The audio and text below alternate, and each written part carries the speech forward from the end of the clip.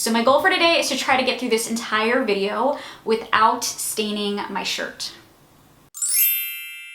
Hey guys, so today I'm going to be doing a review on two new products by e.l.f. I have the e.l.f. Oil-Free HD Mattifying Cream Foundation, as well as their new Cream Blush Palette. So I'm actually going to start off with the e.l.f. HD Mattifying Cream Foundation, and again, this is oil-free, and it just comes in a little black plastic compact like this. You open it up and the product is inside. It does have a little mirror down here as well. And then it does have a little compartment underneath for a cosmetic sponge that comes with it. So the shade that I have is 02 Sand, and it actually is the foundation that I'm wearing on my skin right now.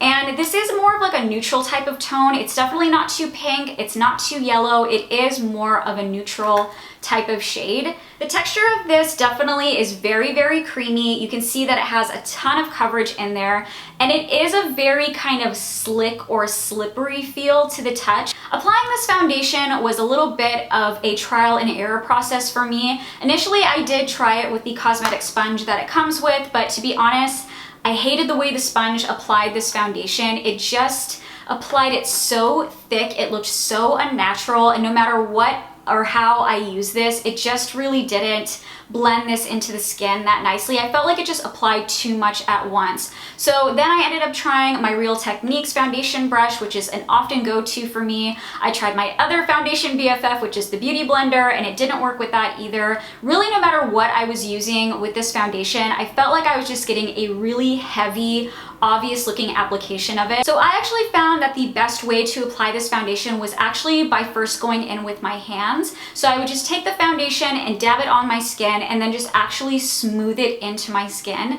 And you can see that coverage is definitely not a problem with this foundation. It's very, very high coverage. And then I ended up following up with my e.l.f. powder brush. And this is basically just a fluffy flat top kabuki brush. And I know it's really beat up, and that is because it's kind of like a total workhorse in my makeup brush collection. I use it all the time, especially if I have a foundation that's a little bit more difficult to blend into the skin. I'll often turn to this guy because it's very, very fluffy, but it's also just really good for just pushing the product into the skin. Sometimes more flat top kabukis are a little bit more dense, but I like ones that are a little bit more fluffy like this because it just moves the product around the skin a little bit better, at least for my skin type. So I found that by using that combination, I got the best application that I could out of this foundation. But to be honest, overall, I really didn't like this. It was nearly impossible to blend this into my skin.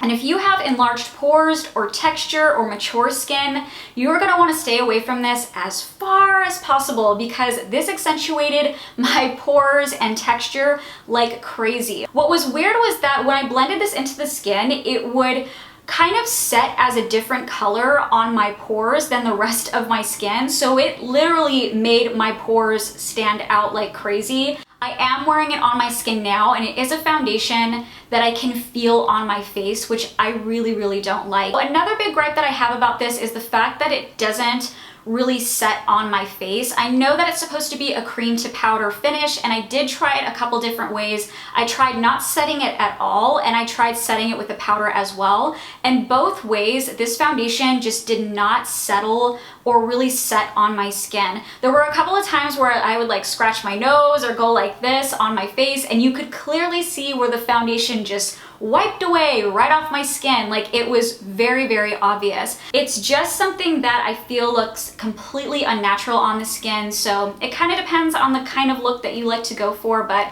for me it just didn't work out. Next product is the e.l.f. Cream Blush Palette, and this is in the shade Light, and this one I absolutely loved. I was so thrilled to find out that e.l.f. was coming out with the cream versions of their original e.l.f. blush palettes, because if you guys have been watching my channel, you know that I have raved about those so many different times here on my channel because I really do love them. So I saw that they came out with a cream version. They did do light and dark, and I do own the light and dark in the powder versions, but I decided to just go with the light this time for kind of spring and summer. And then if I want to get the dark version, I'll probably pick that up around the fall or winter time. This does also retail for $6. And the shades in this palette include a more like white-based peachy coral color, a soft peachy pumpkin, a neutral romantic rose shade, and then a medium strawberry pink.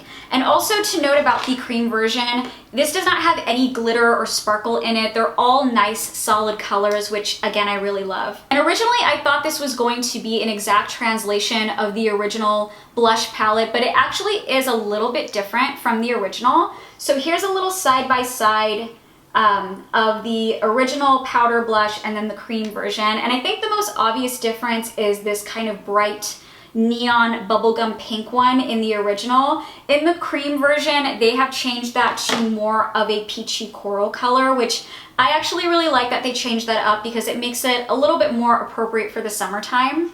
The texture of these blushes feel a little bit somewhere between a cream and like a glossy balm type of feeling. They definitely don't feel heavy or rich. They are a little bit more lightweight, and they do have a kind of glossy type of finish on the cheeks, which is great if you like that kind of look. It's a little bit more youthful and dewy, or you can definitely top it with a powder like I tend to do with all of my cream blushes if you want something a little bit more matte looking. I like to apply these by actually going in straight with my fingers just for the initial application, just to kind of get a little bit more pigmentation.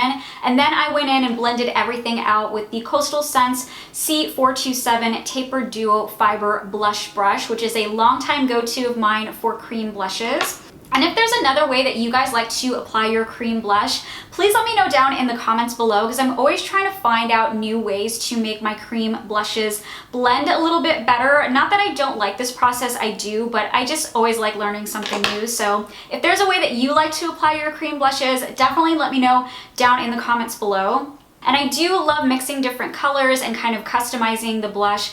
And the pigmentation on these are more light to medium, which may not be everyone's cup of tea, but I happen to love that about this palette because it makes it so much easier to build and kind of mix and customize your shades on your cheeks. I like that e.l.f. decided to kind of dial down on the intensity of these shades, because e.l.f. definitely knows how to make an intense blush.